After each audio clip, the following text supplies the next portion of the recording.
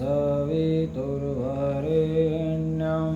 भर्गो देवस्य धीमहि धियो यो नः प्रचोदयात्। ओम। नमस्ते जी सभी को, अभिभावकों, छात्रों, अध्यापक वृंद। पीछे हमने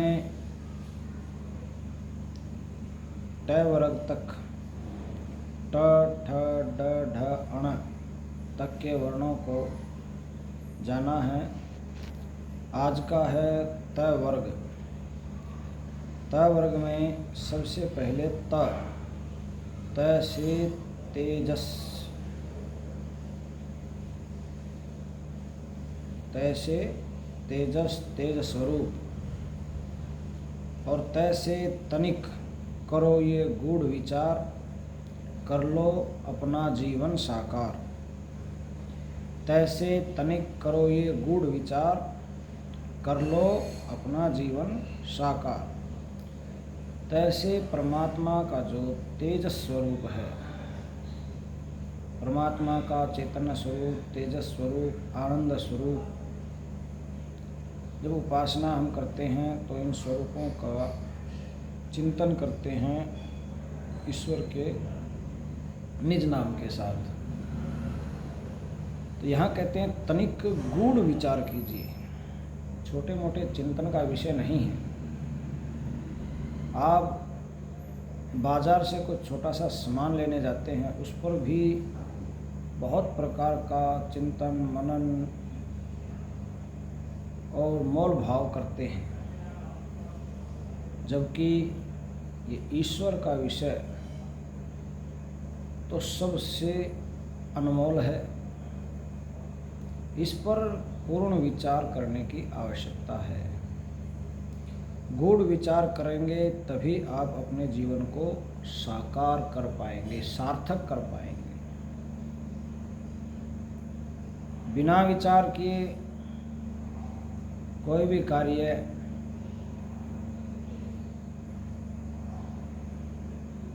सफल नहीं होता, उसमें सफलता प्राप्त नहीं होती है।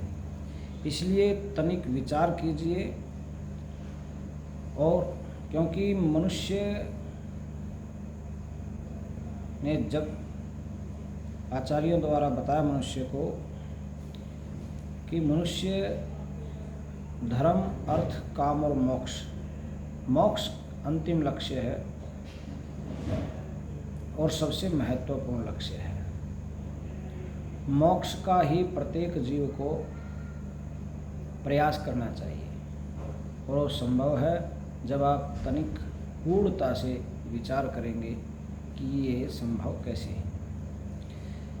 इसी से संबंधित थ से थक कर जीवन से हार न मानो, उठो अपना लक्ष्य पहचानो। थक कर जीवन से हार न मानो। मनुष्य प्रयास करता है। विद्यार्थी भी कई बार कहते हैं कि गुरुजी, हम पढ़ने का प्रयास करते हैं, याद करते हैं, लेकिन हमें याद नहीं होता है। तो हम विद्यार्थियों से, छात्रों से यही कहते हैं कि बेटा, बार बार अभ्यास की आवश्यकता है। अभ्यास रूपी शस्त्र का प्रयोग कीजिए।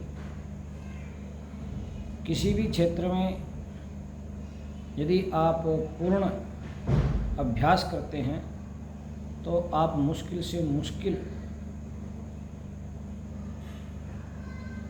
कठिन से कठिन सफ़र को तय कर लेते हैं।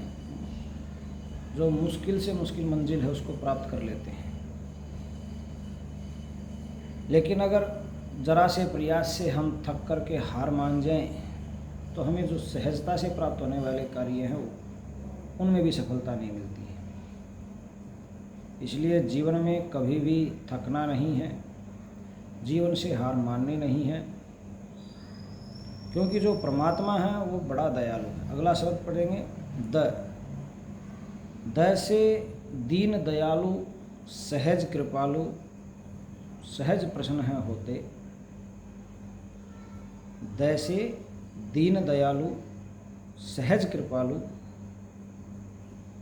सहज प्रसन्न होते जब साधक न्यासी भाव से सर्वस्व समर्पण हैं करते। वो तो अत्यंत दूसरों पर, दीनों पर, दुखियों पर दया करने वाला है। परमात्मा का स्वभाव नहीं है कि वो किसी जीव को कष्ट दे। ये तो हमारे कर्म हैं। परमात्मा ने कर्म आधारित जीव को स्वतंत्र छोड़ा है। वो किसी के कर्म में हस्तक्षेप नहीं करते हैं। प्रेरणा तो देते हैं अच्छे कर्म के प्रति भी, और बुरे कर्म से बचने की भी प्रेरणा देते हैं।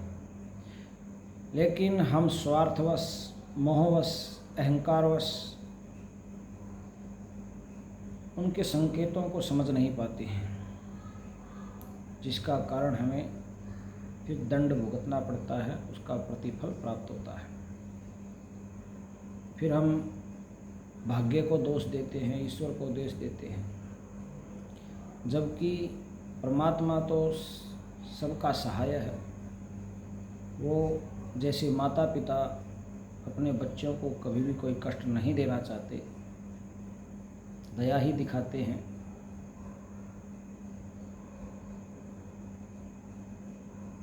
ऐसे ही परमात्मा भी, वो तो पिताओं का भी पिता है, माताओं की भी माता हैं। हर नाता उनसे हमारा है, पवित्र है।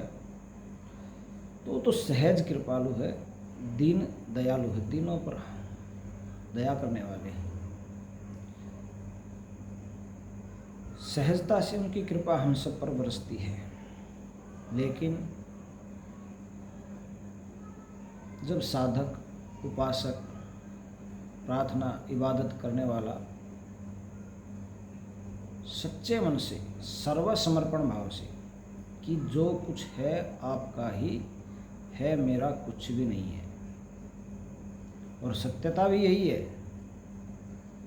इंसान अहंकार कर बैठता है कि ये मेरा है, ये मेरा पुत्र, ये मेरा धन, ये मेरी संपत्ति। लेकिन जो भी कुछ है वो सब परमात्मा प्रदत्त है, हमारे कर्मों के द्वारा हमें प्राप्त है, और देने वाले परमात्मा हैं। तो हमें जो भी प्राप्त है उसको परमात्मा के समर्पित कर दीजिए। जब हम सर्व समर्पण के भाव से समर्पण करेंगे तो उसकी कृपा, उसकी दया हमें जरूर प्राप्त होगी। अगला वर्ण है ध, और ध से धैर्य। धैर्य धर्म से ध्यान करो, जीवन सहज सरल साकार करो। जीवन में धैर्य का होना बहुत ज़रूरी है। हम बहुत जल्दी उद्विग्न हो जाते हैं। छात्र भी बहुत जल्दी परेशान हो जाते हैं कि गुरुजी पढ़ते हैं, 2 बार पढ़ा, 3 बार पढ़ा, याद नहीं होता, तो वो धैर्य खो देते हैं और पढ़ना ही बीच में छोड़ देते हैं। ऐसे ही साधक जो उपासक है, परमात्मा की उपासना करता है, वो भी कुछ समय बैठ कर के ध्यान लगाता है। मन बड़ा चंचल है, लगता नहीं है, इसको बार बार लगाना पड़ता है। तो धैर्य का होना बहुत ज़रूरी है। और धर्म से ध्यान करो। धर्म से तात्पर्य है कि इस कार्य के प्रति हमारा क्या कर्तव्य है, क्या धर्म है, उस धर्म की परिभाषा को ठीक ठीक जानते हुए हम धैर्य से अगर ध्यान करेंगे तो हमें सहजता से हमारा जीवन जो है वो साकार हो जाएगा, सहज हो जाएगा, सरल हो जाएगा। अगला वर्ण है न। न से न्यायकारी वो प्रभु है निराकार। न से न्यायकारी वो प्रभु है निराकार, फिर भी मूढ़मति क्यों देते आकार। फिर भी मूढ़मति क्यों देते आकार। नैसे न्यायकारी वो प्रभु है निराकार, फिर भी मूढ़मति क्यों देते हैं आकार। तो परमात्मा न्यायकारी है और न्याय के मुख्यतः 3 गुण होते हैं। ठीक ठीक न्याय वही कर सकता है जो बुद्धिमान है, निस्वार्थी है और बलवान है। तो ठीक ठीक न्यायकारी वही हो सकता है और वो परमात्मा जो है निराकार है, जिसका कोई आकार नहीं है। लेकिन हम अपनी अज्ञानतावश अल्पज्ञता के कारण बहुत से लोगों ने उनकी मूर्तियां गढ़ रखी हैं, आकार बना रखी हैं। महापुरुषों को ईश्वर का नाम दे करके उन्हें पूजते हैं, जबकि जो परमात्मा है, सर्वसत्ता है, ये सब मानते हैं कि जानते हैं लेकिन मानते नहीं हैं। ये सब जानते हैं कि परमात्मा निराकार है, उसका कोई आकार नहीं है और वो जन्म मरण आदि दुखों में पड़ता ही नहीं है, आवश्यकता ही नहीं है। जब ये बताइए उसने बिना जन्म लिए, बिना अवतार लिए संपूर्ण सृष्टि को, सूरज, चांद, तारे, पृथ्वी, न जाने कितने ही इस विस्तृत ब्रह्मांड को रच दिया है, तो उसे अपने आप को सिद्ध करने के लिए क्या जन्म लेने की आवश्यकता है। जन्म आदि मरण आदि दुखों में पड़ के अपने आप को सिद्ध करने वाला परमात्मा मूर्ख नहीं हो सकता, वो तो सर्वज्ञ है। और जन्म एक जगह होगा तो बाकी सृष्टि को कहाँ से संभालेंगे। तो इसलिए परमात्मा जो है वो न्यायकारी, ठीक ठीक न्याय करने वाला है। उसके यहाँ किसी प्रकार की रिश्वतखोरी नहीं चलती है कि कोई दूत पैगंबर आदि से आप अपने कर्मों को घटा या बढ़वा लें, ऐसा संभव नहीं है। उसके यहाँ किसी भी प्रकार का उत्कोच नहीं चलता है, उत्कोच से संबंधित रिश्वत नहीं चलती है।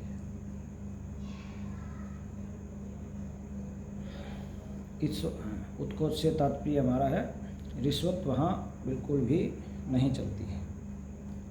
तो इसलिए परमात्मा जो हो न्यायकारी है, प्रभु है, निराकार है।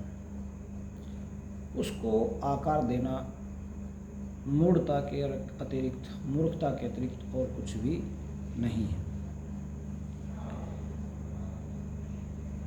एक बार फिर से बता दें, तैसे तेजस स्वरूप है, उनका स्वरूप जो है तेजस स्वरूप है, ज्ञान स्वरूप है, प्रकाश स्वरूप है। उनका तेज आप सूर्य आदि तारागणों में देखते ही हैं, कितना तेज है और कितनी शीतलता चंद्रमा आदि के द्वारा आप देखते हैं, तो वो तेज स्वरूप भी हैं। और तनिक तैसे तनिक करो ये गूढ़ विचार, कर लो अपना जीवन साकार।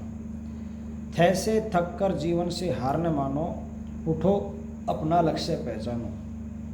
दैसे दीन दयालु सहज कृपालु, सहज प्रसन्न हैं होते, जब साधक न्यासी भाव से सर्व समर्पण है करते।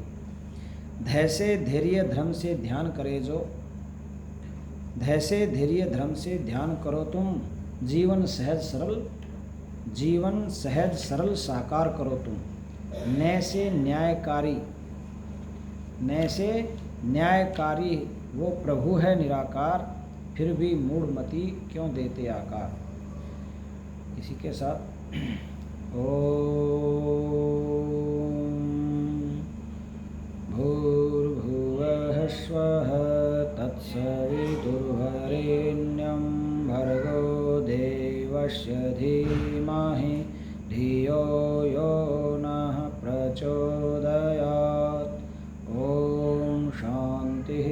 शांति शांति।